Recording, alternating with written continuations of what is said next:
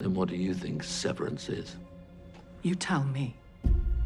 Is it some sort of weapon? Alright, let's discuss it. Hello guys, and welcome back to Every Screen. Today we're breaking down the war between the land and the sea ending. What really happened, why it's so disturbing, and what Severance actually means for the Doctor Who universe. Let's get into it. The war between the land and the sea ends not with triumph, but with quiet devastation. What initially appeared to be a story about diplomacy between humans and Homo Aqua ultimately reveals itself as a bleak meditation on power, fear, and the moral shortcuts humanity takes when it believes survival is at stake. The finale reframes everything that came before it, exposing the true nature of the war and the price paid to end it. At the center of the ending is a single word: severance. What sounds like a bureaucratic contingency plan is revealed to be something far darker and far more irreversible. The series makes it painfully clear that the war did not end because of understanding or compromise. It ended because humanity chose extermination. What is Severance? Severance is revealed in the final episode as a biological weapon engineered by humans, a virus designed to wipe out Homo Aqua on a massive scale. The plan is backed by powerful figures across global leadership, including military generals and political heads of state, all operating under the belief that Homo Aqua represent an existential threat to humanity. What makes Severance especially horrifying is how quietly it is deployed. There are no missiles, no dramatic countdowns, no visible act of war. Instead, the virus spreads invisibly, killing an estimated 90% of the Homo Aqua population before most of them even understand what is happening. The show is deliberate in presenting Severance not as a tragic mistake, but as a calculated choice. This wasn't an act of desperation made in the heat of battle. It was a strategic decision, made behind closed doors, justified with the language of protection and necessity. Barclay, the unknowing weapon. Perhaps the most devastating aspect of Severance is how it is delivered. Barclay, the civilian diplomat chosen by Salt for his compassion and sincerity, is unknowingly turned into the carrier of the virus. Injected while he sleeps, Barclay becomes a living vector, weaponized without his consent or knowledge. When Barclay later kisses Salt, the virus transfers to her, and through her, to Homo Aqua as a whole. The moment is framed as intimate and hopeful, making the betrayal all the more cruel. Barclay believed he was helping to build peace. Instead, he becomes the instrument of genocide. Importantly, the show absolves Barclay of intent, but not of consequence. His horror when the truth is revealed underscores one of the series' central themes. Good intentions do not protect you from being used by systems built on fear and control. Salt's survival, and her warning. Salt survives the initial spread of Severance, but her people do not. When she stands before the remaining humans and Homo Aqua, the war is already over. Humanity has won, but at the cost of its moral authority. Salt's response is not rage, but something colder and more unsettling. I have come to inform mankind. The war is over. You have won. She acknowledges humanity's victory, but she does not forgive it.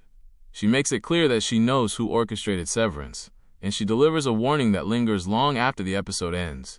The waters will remember. This line reframes the entire conflict. Salt implies that retaliation may not come in the form of another war, but through environmental consequences, long-term instability, and forces beyond human control. It's a reminder that nature does not need armies to strike back. It only needs time. The illusion of peace, with Homo Aqua decimated, a ceasefire is declared. Barclay offers the survivors a haven in the Mariana Trench, a symbolic gesture meant to suggest safety and coexistence. Salt accepts, but her acceptance is rooted in fear, not trust.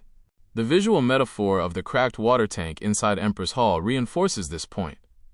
The barrier between land and sea is still broken, but now it represents damage rather than connection. Peace exists only on paper.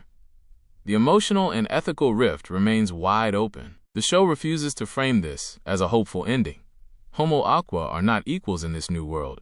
They are refugees, survivors of an atrocity carried out in the name of security. Accord, a dream deferred.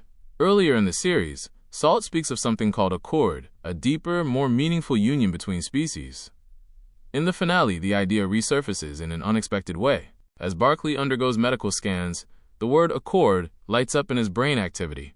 This subtle detail suggests that something within him has changed on a fundamental level. He is no longer entirely human.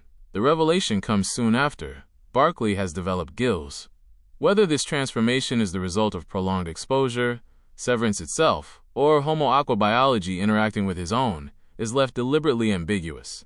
What matters is what it represents. Barclay has become the bridge that diplomacy failed to build. Barclay's final choice. In the closing moments, Kate drives Barclay to the coast where he reunites with Salt. There are no speeches, no grand declarations, just a quiet understanding. Barclay chooses to leave the human world behind, diving into the ocean with Salt. This is not framed as an escape, but as a sacrifice. Barclay gives up his place on land to ensure that the idea of coexistence survives somewhere, even if it cannot survive among humans. In this sense, Barclay fulfills the role traditionally occupied by companions in Doctor Who. He embodies the Doctor's ideals in a world where the Doctor is absent, and pays the price for it. Kate Lethbridge Stewart's breaking point. The post-credit scene focuses on Kate, and it is one of the most unsettling moments in the series. After witnessing Barclay's departure, she encounters a jogger who casually litters on the beach. When he refuses to pick up his trash, Kate draws her gun and forces him to do it. The moment is jarring precisely because it is small. This is not about global war. It's about control, frustration, and accumulated grief. Kate has lost colleagues, her partner, and her faith in the institution she serves. Her reaction reveals a woman pushed past her limits, clinging to authority in a world that has proven itself morally bankrupt. The war may be over, but for Kate, the damage is permanent. Why the ending is so uncomfortable? The finale of the war between the land and the sea is intentionally unsatisfying. There is no clean victory, no sense of justice restored. Humanity survives, but at the cost of its soul. By removing the Doctor from the equation, the show forces its characters and its audience to confront what happens when there is no cosmic moral referee. Without the Doctor to intervene, humanity defaults to fear, dominance, and annihilation. This is not a failure of storytelling. It is the point. Final thoughts. The war between the land and the sea ends as a warning. It asks what we are willing to destroy to feel safe, and whether survival means anything if it requires becoming the very monsters we fear. Barclay's transformation, Salt's survival, and Kate's unraveling all point to the same conclusion. Peace achieved through severance is not peace at all. It is merely the silence that follows devastation. And the sea, as Salt reminds us, is patient.